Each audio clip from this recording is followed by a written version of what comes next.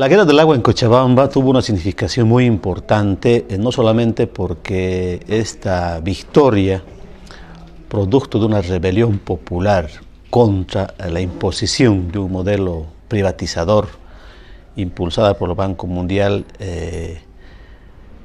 y una sociedad absolutamente corrupta, una complicidad, diríamos, de los gobiernos de turno, posibilitó pues la misma. La guerra del agua yo creo que básicamente también significa el hecho de que hoy Bolivia vive un proceso muy importante y ante todo Evo Morales sea el primer presidente indígena en este continente.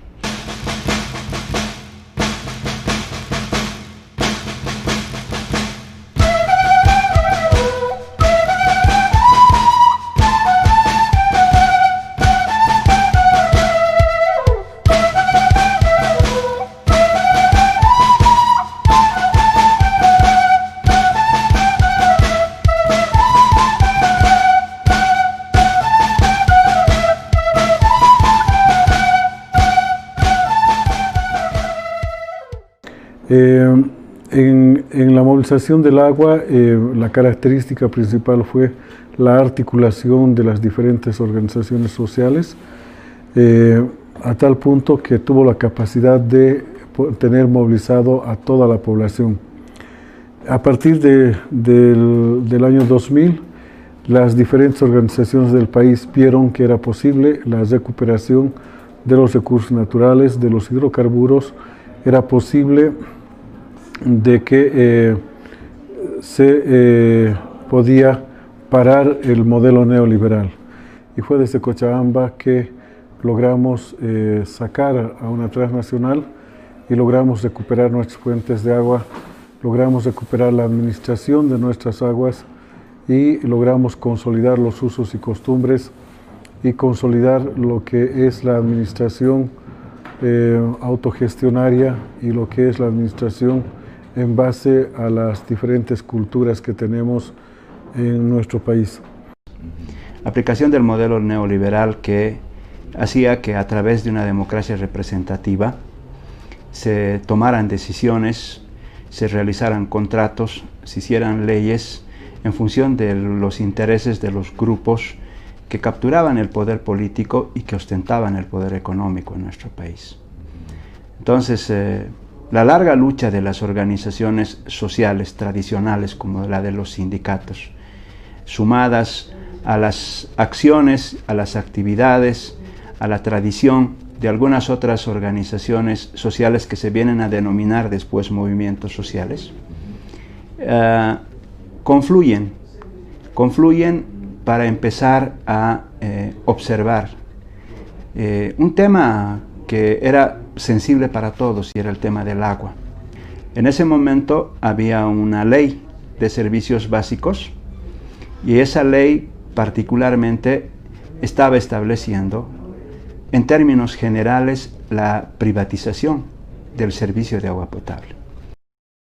El primer desafío fue conseguir el contrato porque era muy difícil, nadie lo tenía, nadie sabía el contrato de concesión con la transnacional Aguas del Tunari, ¿no? En ese momento pues había muchas dudas sobre realmente qué contenía este contrato y bueno, el momento que se lo logró obtener, se conformaron algunos grupos de trabajo para analizarlo en diferentes aspectos, ¿no? Y por otro lado, surge un profundo cuestionamiento en el fondo a la democracia representativa. Entonces, la gente que en realidad empieza a pelear porque se establezca una nueva ley de servicios básicos, pero además porque los contratos tengan la posibilidad de ser públicos antes de que se pudieran suscribir, porque otra cosa que hay que poner así también muy clara era que en el periodo oscuro del neoliberalismo, la transparencia era algo que se utilizaba solamente como eslogan. Los contratos estaban guardados con la mayor rigurosidad. Entonces la gente no podía acceder. Y si logramos acceder a conocer el texto y el alcance de los contratos, fue porque se hizo unos esfuerzos increíbles para tener esa información. ¿Qué significa? Que ha habido como un cuestionamiento muy fuerte a esos procesos capitalizadores y también al neoliberalismo. Entonces, luego se empiezan a plantear mucho en países latinoamericanos sobre todo, las políticas de privatización y las condiciones que las empresas privatizadoras emplean, sobre todo y con presiones en los gobiernos, y tiene que ver con ese tema de la ley. Normalmente, para abrir espacio los gobiernos para la privatización en sus países, lo que hacen es primero cambiar las leyes y también empezar, digamos, se podría decir, regularse a los condicionamientos, ¿no?, para los préstamos, para que puedan venir las empresas para supuestamente invertir en países como los nuestros.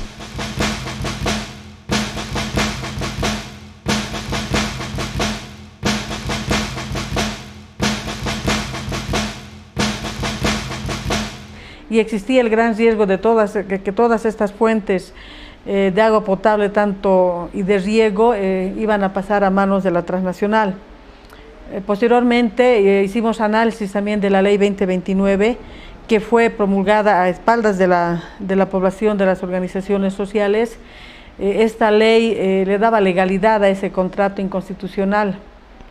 Debido a eso, los regantes fuimos los primeros en movilizarnos. Hicimos el bloqueo los primeros días de noviembre del 99, el primer bloqueo. Como federación decidimos convocar a una reunión a las demás organizaciones sociales de Cochabamba.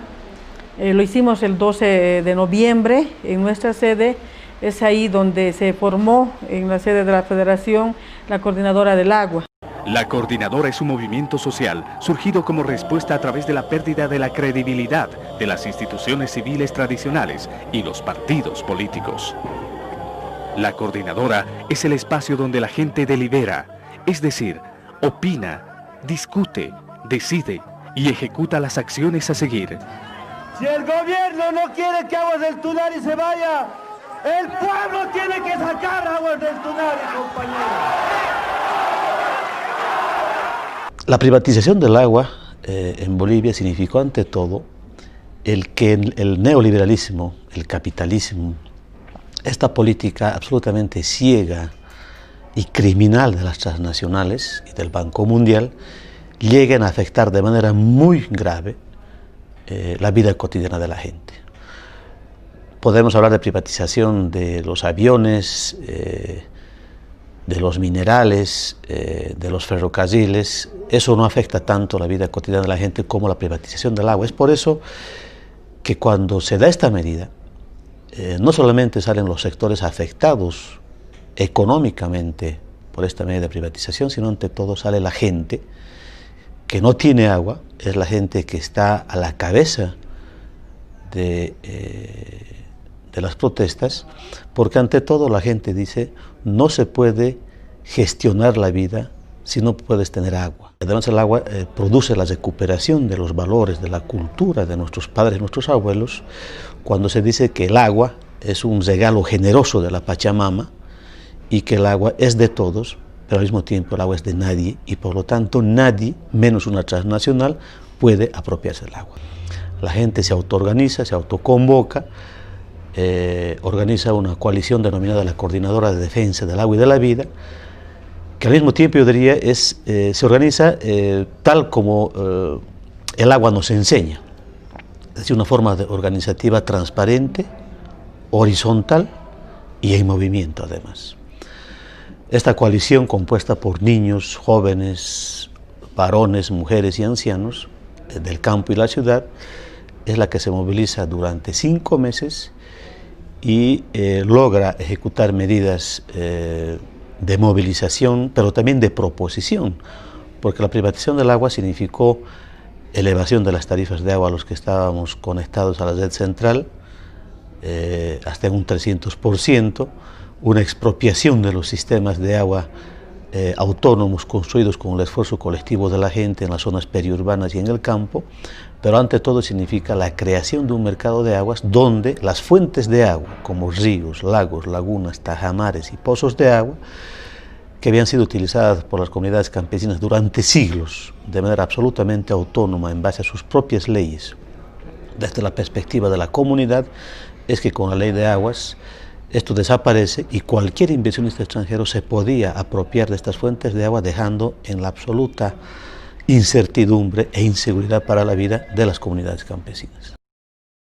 La empresa que tomó una transnacional que penetró a CEMAPA y hizo que en el transcurso de 2 meses prácticamente subieran las tarifas a un 200, 300 y hasta 400%, afectándole a toda la ciudad que consume este líquido.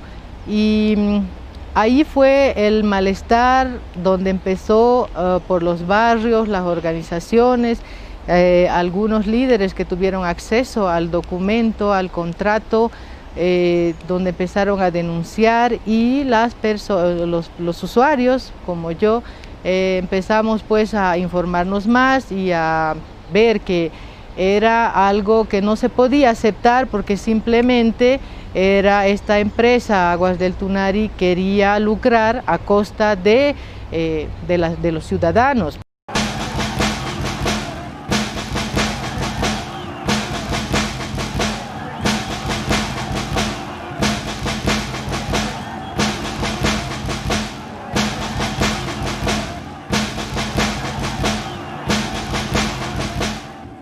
Años antes de la Guerra del Agua ya veíamos que el próximo paso era la privatización del agua. Entonces nos preparamos técnicamente para conocer cómo iba a darse este proceso en términos jurídicos legales. Se ha demostrado incluso científicamente que frente a todos los medios oficiales, a nivel mundial incluso, los pueblos van a buscar la verdad. Aparte de encontrar la verdad de la subida del agua en un 300%, se informaron quiénes estaban realmente detrás de todo este negocio. Y esta información era absolutamente necesario de difundir, el poder indicar que hay una transnacional que estaba detrás de esta famosa empresa Aguas del Tunari. Yo salí en abril a las calles, como mucha gente salió para ver, porque estaban reprimiendo y gasificando, ¿no? Y con un grupo de jóvenes, de compañeros que tenía de un grupo juvenil de parroquia. Estuvimos por la Ayacucho y a Roma, caminando y viendo lo que estaba pasando en pleno abril nosotros, ¿no? Informándonos en la calle con la gente lo que estaba sucediendo con el tema de la privatización del agua y de la empresa que estaba a manos de esta transnacional. Para mí ha sido como la escuela, un despertar de saber que hay cosas que están pasando y que como jóvenes más que todo debemos de saber, ¿no? Porque al final es nuestro futuro. Además la cuestión de la cosa pública, quienes deciden sobre la cosa pública en este país, ¿no? Pues salíamos todos los días, son más o menos casi entre 4 o 5 kilómetros de la ciudad, y veníamos todos los días, niños, jóvenes, adultos, nos veníamos a pie con nuestros palos, nos traíamos agua, ¿no? Y algunos momentos también se llevaba refresco en la tarde para poder ayudar a los jóvenes que estaban en la plaza trincherados, ¿no? Defendiendo también. Especialmente ellos eran universitarios, ¿no? Los chicos no se quedaban todo el día, toda la noche se quedaban generalmente los más jóvenes, ¿no? Y de los barrios teníamos que venir a reforzar todos los días, era de caminar, pero nadie te obligaba, no había multas, no había nada, era cuestión de conciencia de que sí teníamos que defender todo lo que era público, ¿no? Porque sabemos qué significa la privatización. Estos hechos a mí me ayudan a darme cuenta de cómo la gente en procesos realmente de justicia, en procesos de honestidad, en procesos en los que los valores que se persiguen son verdaderos, se identifica y saca lo mejor de sí mismos. Muchachos de la calle que habitualmente son pandilleros o delincuentes, estaban totalmente involucrados, ayudando a los que caían heridos, involucrados como valientes muchachos en esa guerra del agua, fueron llamados guerreros del agua muchos de ellos. Estuvieron defendiendo la plaza, tomaron las 4 esquinas de la plaza y estaban pernoctando, todas las noches estaban ahí, y fueron los que más esfuerzo hicieron probablemente. Uno de ellos murió en el campanario de la iglesia, lo encontramos ahorcado justo el día que terminó la guerra del agua, Y fueron muchachos que ese día se identificaron, yo creo, por primera vez en su vida como ciudadanos, como partícipes de una acción de toda la ciudadanía. Bueno, aquí en las plazas de las banderas nos hicieron retroceder los policías desde la plaza principal hasta aquí. No pudimos entrar a la plaza durante muchos días. Esto era una concentración de una batalla entre policías y sociedad civil, pero en la guerra del agua la gente salió, todo estaba bloqueado, todo Cochabamba, y se ha logrado concertar y sacar a una transnacional. Hemos sacado al comité cívico, hemos tomado, y tú puedes ver ahí están, han puesto esas rejas en las ventanas, cubierventanas, porque cuando vinimos todo lo hicimos bolsa, todo estaba roto, la ira y la bronca del pueblo era inmenso, que era incontrolable, no se podía controlar al pueblo, que ellos vinieron y destruyeron, ¿no?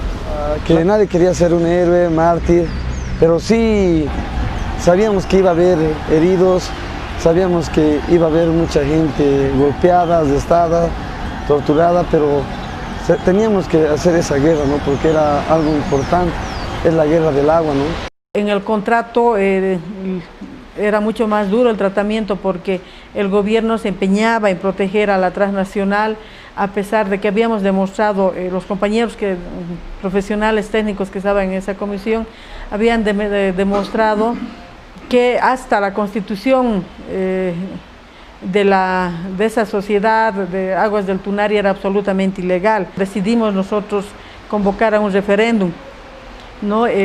Preguntando a la población si quería o no que se anule la ley de agua potable y si quería o no que participe o que se vaya a la transnacional. Participó cerca de 60.000, 70.000 personas. Lo hicimos, creo que en menos de 10 días preparamos eso y de forma mayoritaria en la ciudad por lo menos la respuesta era que tenía que irse a la transnacional y que también debería anularse la ley. Los días que sostuvimos esta guerra del agua fueron muy tensas.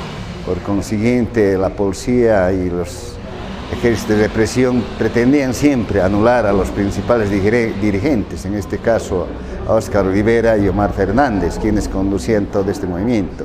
Tuve el compromiso de estar a sus lados de ellos y llevarlos en mi auto, a lugares donde estén escondidos por lo menos en la noche. En la noche dormían en diferentes lugares, dormían en mi casa, dormían en otra casa de amigos, en diferentes lugares a fin de despistar a la policía y de esta manera guardar su integridad física de ellos porque eran los principales actores de llevar adelante esta movilización. Fue muy duro, pero también muy interesante y creo que unió mucho a la ciudadanía de Cochabamba, ¿no? Porque tanto los sectores, digamos, populares como los sectores medios de la ciudad se unieron para echar y recuperar el control del agua, ¿no? Que tenía aquella multinacional, las aguas del Tunari. El papel que jugó entonces la Iglesia fue un poco de mediar, de unir las partes, de facilitar el diálogo entre los sectores sociales y el gobierno. Es muy difícil guardar un equilibrio, sobre todo en ciertas situaciones, donde ese equilibrio que te piden no lo puedes guardar porque de alguna manera tienes que ponerte de parte donde piensas que está la verdad, ¿no? Donde piensas que tienes que hacer el acto de justicia y donde tienes que denunciar ciertas situaciones, ¿no? Entonces, cuando haces una denuncia, lógicamente te parcializas. Y si nosotros nos parcializamos en algún momento, que yo creo que sí, sinceramente, creo que fue con la población, ¿no? Que era la que estaba sufriendo los malos manejos de esta situación por parte del gobierno y por parte mismo de la empresa de Aguas del Tunari, ¿no? La Compañía de Jesús, donde aquí hemos velado al compañero Víctor Hugo Daza, ¿no? Ese templo es muy especial porque el día 11 de abril nosotros entramos aquí adentro dentro del templo para protegernos de la policía militar, ¿no? Porque vinieron los policías y nos estaban cercando por todo lado. Nos abrieron las puertas, el templo, aquí hemos dormido, todos los guerreros del agua, todo esto, aquí hemos dormido y la policía venía aquí afuera y nos amenazaba. Hemos entrado a este templo, que es el templo de la Compañía de Jesús, y hemos velado aquí adentro a Richard Ledesma. ¿Puedes pasar? En allá hemos velado a Víctor Hugo Daza, justamente en allá.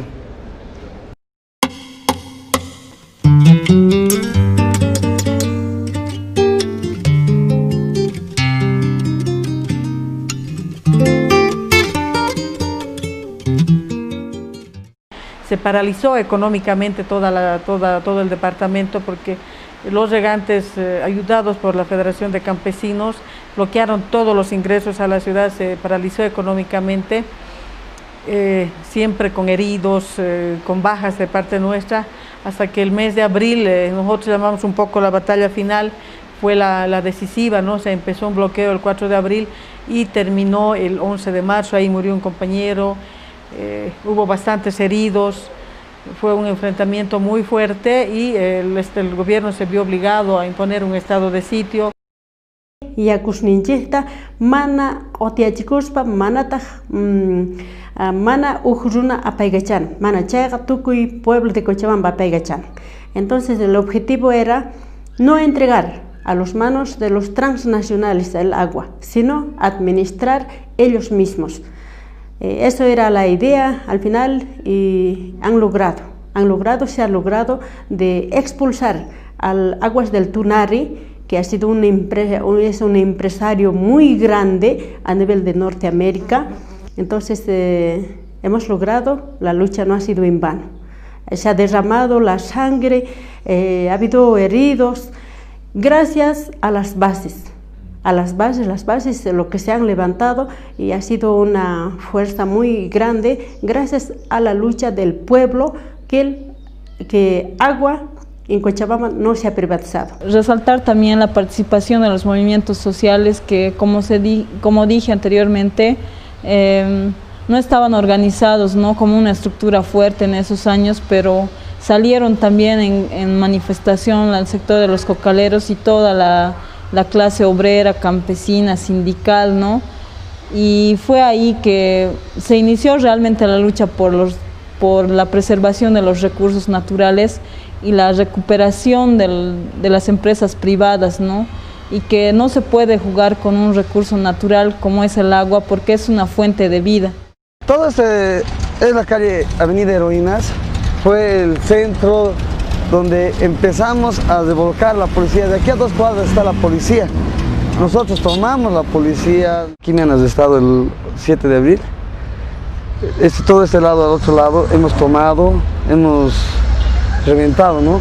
Justamente todo esto es la Heroínas hasta el final. Todito esto se ha tomado.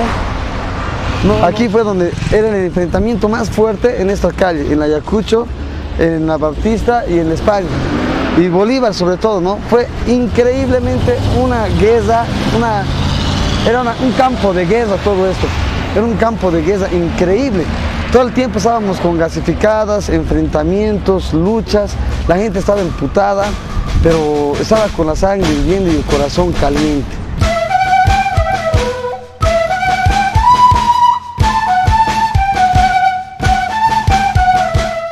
La respuesta del gobierno fue la respuesta que dan todos los gobiernos que han estado siendo cómplices de las políticas neoliberales, y frente a la protesta social, una legitimidad absoluta en la protesta social es que saca el ejército y la policía a título de que el país debe preservar la imagen para las inversiones extranjeras y ante todo debe garantizar la seguridad jurídica de estas compañías para posibilitar estas inversiones. En esta revuelta popular mueren 5 compañeros, más de 400 heridos de bala, muchísimos detenidos y finalmente es la resistencia popular, la presión popular que durante 8 días últimos en la denominada batalla final por el agua y por la vida en abril del año 2000 es que establece durante 8 días, reitero, una especie de autogobierno donde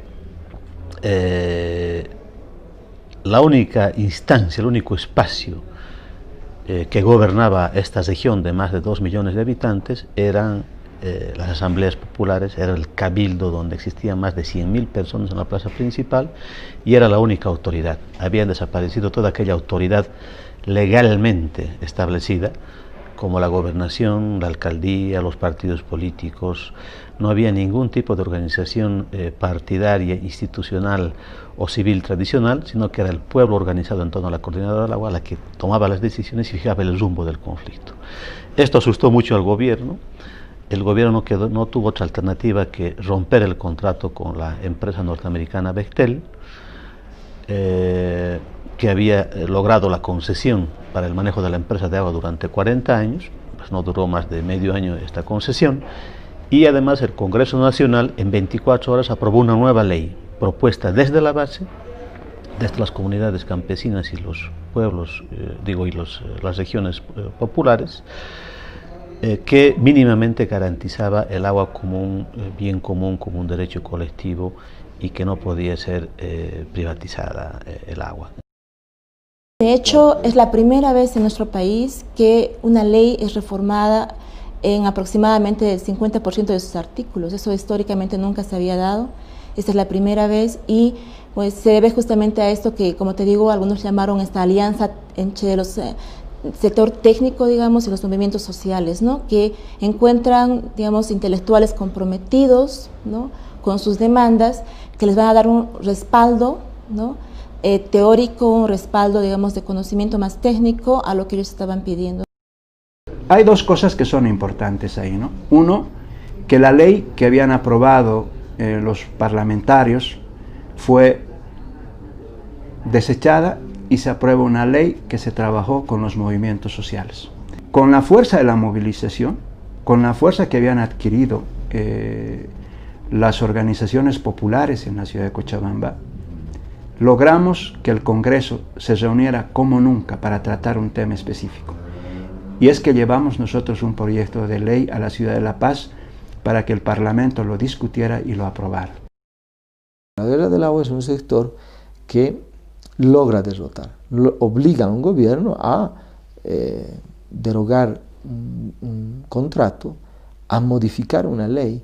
La guerra del agua no se suspendía la movilización, aunque ya se había ido a la empresa Aguas del Tunari, porque no se aprobaba la modificación de la ley en el Parlamento.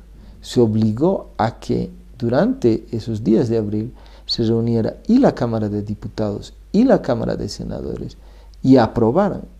Y hasta que no hubiera aprobado en detalle la Cámara de Senadores, la movilización en Cochabamba no se suspendía.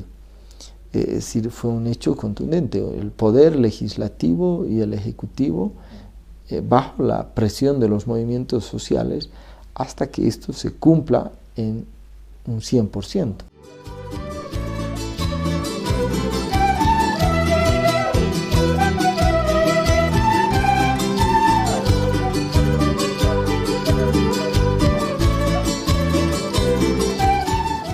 Es que después de la guerra del agua y que se ha generado un espacio, ha sido como el inicio de varias luchas en Cochabamba. El tema del agua, no solamente a nivel nacional, sino a nivel mundial, ha empezado a ser como un tema de bastante discusión y ha generado, digamos, muchas protestas y mucha resistencia, sobre todo en países latinoamericanos que han empezado a cuestionar muy fuertemente el tema de la privatización y las inversiones extranjeras con apoyo del BID, del FMI, del Banco Mundial. O sea, en el mundo hay toda una corriente de privatización de los servicios básicos, ¿no? Especialmente de los recursos naturales, ¿no? Toda una corriente, y que de repente en un departamento, en un lugarcito tan chiquitito como Cochabamba, en comparación del mundo, gente humilde se rebele contra la privatización, yo creo que es un hito que se ha marcado a nivel mundial. Bueno, en la guerra del agua es por primera vez, diría yo, en mucho tiempo ha habido esa unidad entre el campo y la ciudad. Desde ese punto de vista marca una experiencia también, ¿no? No simplemente una lucha de clase, ¿no? Sino una lucha más profunda, diría yo, más profunda, ¿no? Una lucha de clase se da en los sectores laborales, ¿no? Pero en la guerra del agua no ha sido así, sino mucho más allá todavía, esa unidad que se ha marcado. Y al cabo de sus 17, 18 años de democracia, hubo un hecho como fue el agua, que movió el piso, destrozó toda la estructura en la cual estaba sostenida esa democracia en el país. Digo que fue un hito porque desde entonces se quebró algo sustancial en esa democracia y desde el año 2000 hasta hoy ha habido un proceso de caída en vertical de ese sistema de democracia, de esos líderes, de esos poderes económicos que estaban detrás de esa democracia, y ha permitido entrar en un proceso nuevo, este proceso en el que nos encontramos ahora, entrar en un proceso de constituyente, de asamblea constituyente, un gobierno presidido por un indígena, sin una formación universitaria, que no responde en absoluto a los modelos que siempre habíamos tenido en el país, en las presidencias, y un hombre además que había participado activamente en ese proceso de cuestionamiento y destrucción de aquel sistema democrático que teníamos. Creo que, bueno, estoy seguro que sin Guerra del Agua hoy no habría presidente Evo Morales y no habría este nuevo gobierno, ni habría constituyente, ni la situación en la que nos encontramos. De lograr la primera victoria contra el modelo económico neoliberal.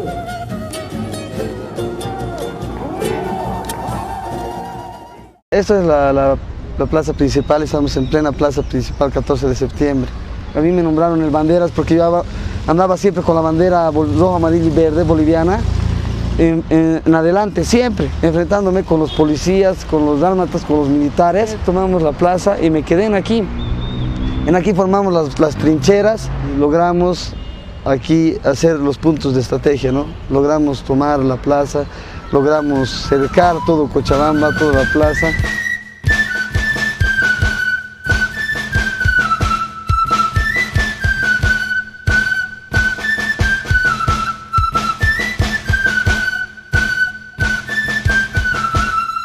La Guerra del Agua fue donde se perdió el miedo a todo, ¿no? Y se recuperó la dignidad, la voz, la palabra, todo en las calles, ¿no? Eso ha marcado para que también la gente empiece a cuestionar y a un poco a organizarse más de alguna manera para decidir sobre sus recursos naturales, ¿no? La Guerra del Agua muestra de que es terriblemente difícil enfrentarse a una transnacional que quiere privatizar el servicio del agua potable, más cuando cuenta con la complicidad del gobierno, pero es aún mucho más difícil organizar una empresa de carácter social, eficiente, capaz de llevar el agua a toda la población. Sin embargo, siempre hay empresas que quieren lucrar con esta necesidad. Y no es justo, no es correcto. Y si en algún caso, en algún país se da nuevamente o se repite el caso de Cochabamba, de Bolivia, pues no tengan temor, están con la verdad, porque el agua no se puede vender. El agua es un recurso, un requisito indispensable de vida y que tampoco podría ser gratis, pero que se pague un precio justo, como todo lo que se paga en la vida, que se pague su precio justo. Se ha logrado una mayor conciencia en la gente de la importancia de esto, de la importancia de preservar el agua como un recurso común al cual todos tenemos derecho y que debe ser garantizado, digamos, por el Estado, ¿no? Ese es un elemento que para mí, digamos, es un gran avance de esta lucha. Ha tenido un peso y sigue teniendo un peso, porque es como un ejemplo, es para decir otro mundo, otro planeta es posible, que la gente no quiere que los servicios públicos como el agua, la luz, el teléfono, es decir, servicios que sirvan a la gente, no pueden, no deben ser privatizados. Entonces Cochabamba dio un ejemplo y su impacto es grande. Ahí en Europa, cuántas veces se ve las imágenes, se recuerda lo que fue aquel hecho histórico, por más que hoy tiene muchos problemas, muchos conflictos, contradicciones, pero ahí está el hecho y debemos seguir difundiendo como este video justamente. Yo creo que esto ha tenido, yo diría, dos efectos muy importantes, hasta tres diríamos, en el mundo, en los pueblos del mundo. Primero, que esta lucha ha servido como una lucha de inspiración para mostrar a todos los pueblos empobrecidos, pequeños pero muy dignos como el nuestro, de que no hay invencibles, de que esos poderes transnacionales, esos gobiernos de derecha, esos organismos financieros internacionales que son los operadores de este modelo, que ese ejército y esa policía represora a órdenes del gran capital y de los gobiernos pueden ser vencidos con la fuerza y la dignidad de la gente. Los pueblos hemos entendido de que la única forma de enfrentarnos al capital transnacional, la única forma de derrotar las políticas imperialistas y la única forma de transformar nuestras condiciones de vida y transformar el mundo es desarrollar nuevas formas organizativas horizontales, transparentes y participativas.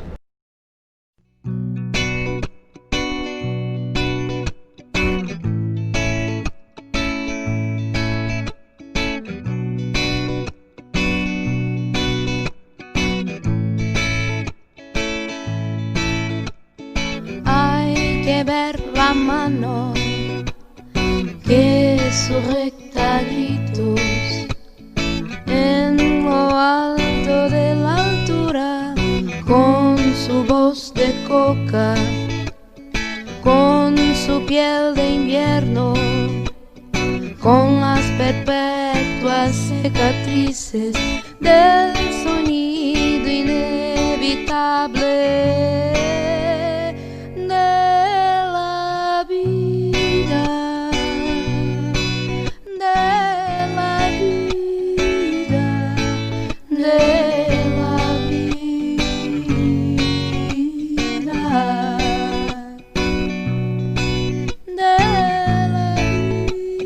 vida, de la vida.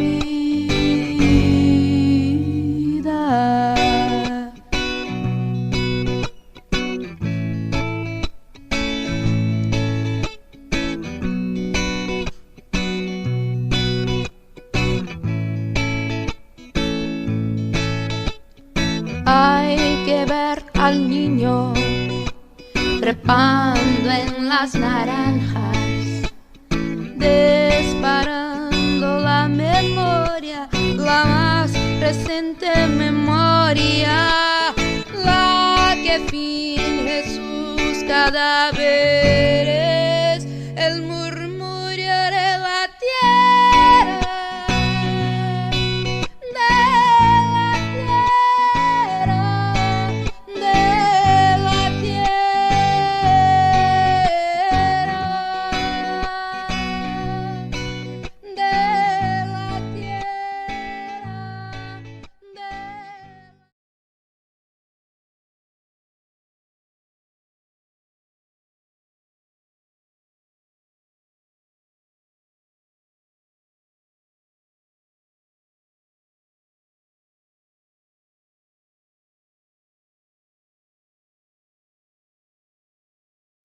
O a la cámara, o como quieres. No, a ver a la cámara. No, a ver a mí. Está bien, no, a mí a la cámara, como ya. Mejor a mí, 80% y 20%. Ya pues. Vamos. Ya. Bueno, la guerra del agua en Cochabamba tuvo una significación muy importante, no solamente porque esta...